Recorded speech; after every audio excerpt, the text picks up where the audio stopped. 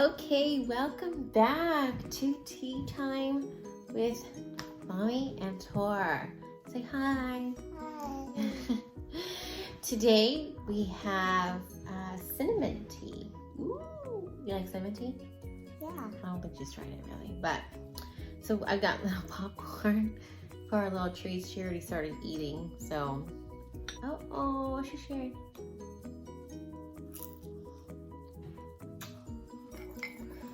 Today's topic is about being apologetic, and it's okay to be wrong. Parents aren't always right, and no, we don't know everything. We know a lot, but we don't know everything. When I became a parent, it helped me understand, it helped me realize a lot of things. When I became pregnant, I think I told my mom, I'm sorry, 20,000 times. When I got pregnant, it's like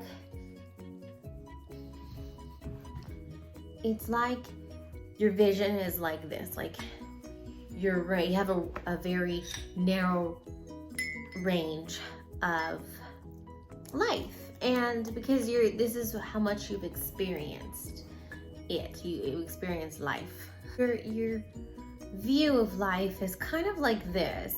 And then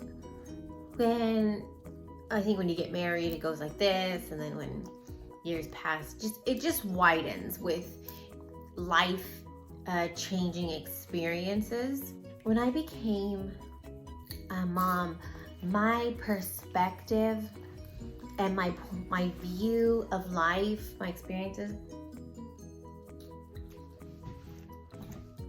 went from this to this, like it shifted more. It widened up, and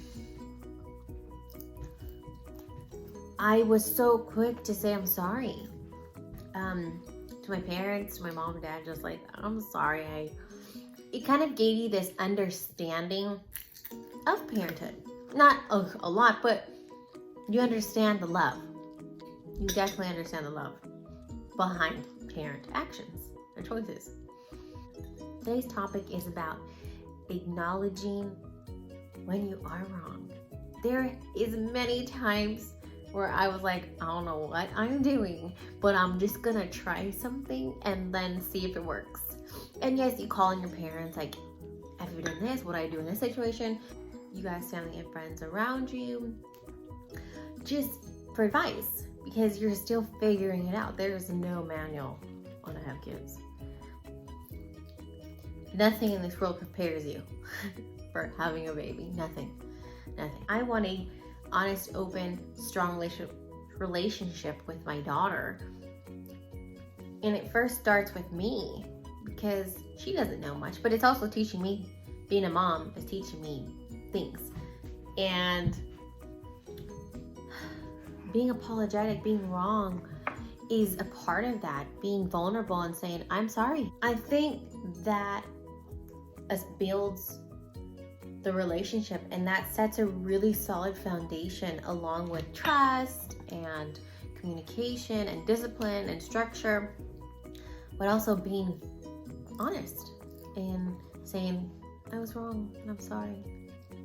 It's little, and it may oh heck no, I'm not being wrong. My mom didn't apologize, my dad didn't apologize. It's not even about that. It's about the little things that matter, that's going to affect them when they're older, and teach them good habits. Because it's wrong to think that you're always gonna be right. I'm not. She's gonna be 3. And I have made my mistakes. I made my mistakes when I was pregnant with her. I made mistakes when she came out. And I don't think it's good to feel guilty about those mistakes and then try to cover them up with toys and spoiling them negatively. And I've made mistakes. I know I have. I've messed up already. But what I'm doing, I make decisions, I do things, I shift things to make up for what I did and fix it and move forward, because my desire for her is to be independent, not to be codependent on me. I don't want her to be codependent on me. I don't want her to think I need my mom forever and everything and be this panic, anxiety person. But I want her to be independent and try things when she's older and not afraid of life, but willing to experience it. When I was 23, I moved out of my house, and my parents' house, and moved to LA, and I got an apartment. I was renting an apartment from my aunt, and I got 2 jobs to pay for it, and I paid all my bills. And when I was living with my parents, I paid rent and paid bills, my own bills, my car insurance, my phone bill, if I wanted groceries or whatever. I paid my part, which is great. But I moved out on to officially my own place. And I was going to school. Like I said, I had 2 jobs. I'd made a good crowd of friends, not a huge crowd. I had cousins that were nearby that we would hang out every so often, and I loved it. I want her to experience the same independency in her life.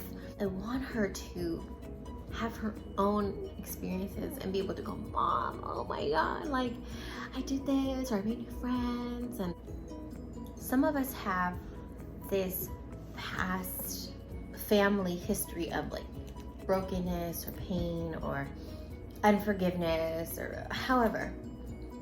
Some of us carry those things that came from the past, from our parents and their parents and their parents and their parents, into our home still, and don't realize it's this chain reaction.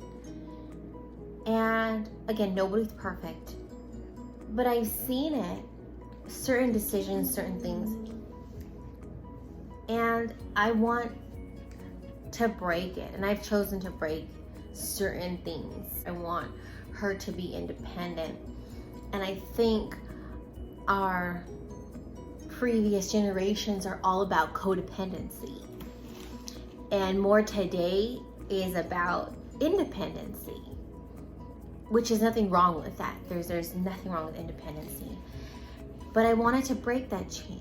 I don't want her to be codependent on me, and then when I leave, she don't know what the heck to do, or if something happens. Like, I want her to be resourceful. I want her to be mindful of her decisions and accept the consequences that come with them, good or bad.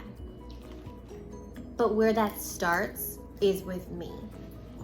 Be that kind of parent that says, you know, baby, I'm sorry, I was wrong, I should have done this, so on and so forth. There's gonna be so many opportunities for her and I to grow, to connect more, to become closer. Bottom line, here's another quote for you. What kind of parent do you want to be? You will either be praised or blamed. It's better to just fix it now than to have all years of built up and just piles of pain and frustration and try to say sorry to all of that. It's easier to say sorry to one thing than to 100 things. Have a great day, y'all. Thanks for tuning in and having tea with us and popcorn, cheddar. Say thank you. Thank you. Bye-bye. Bye-bye.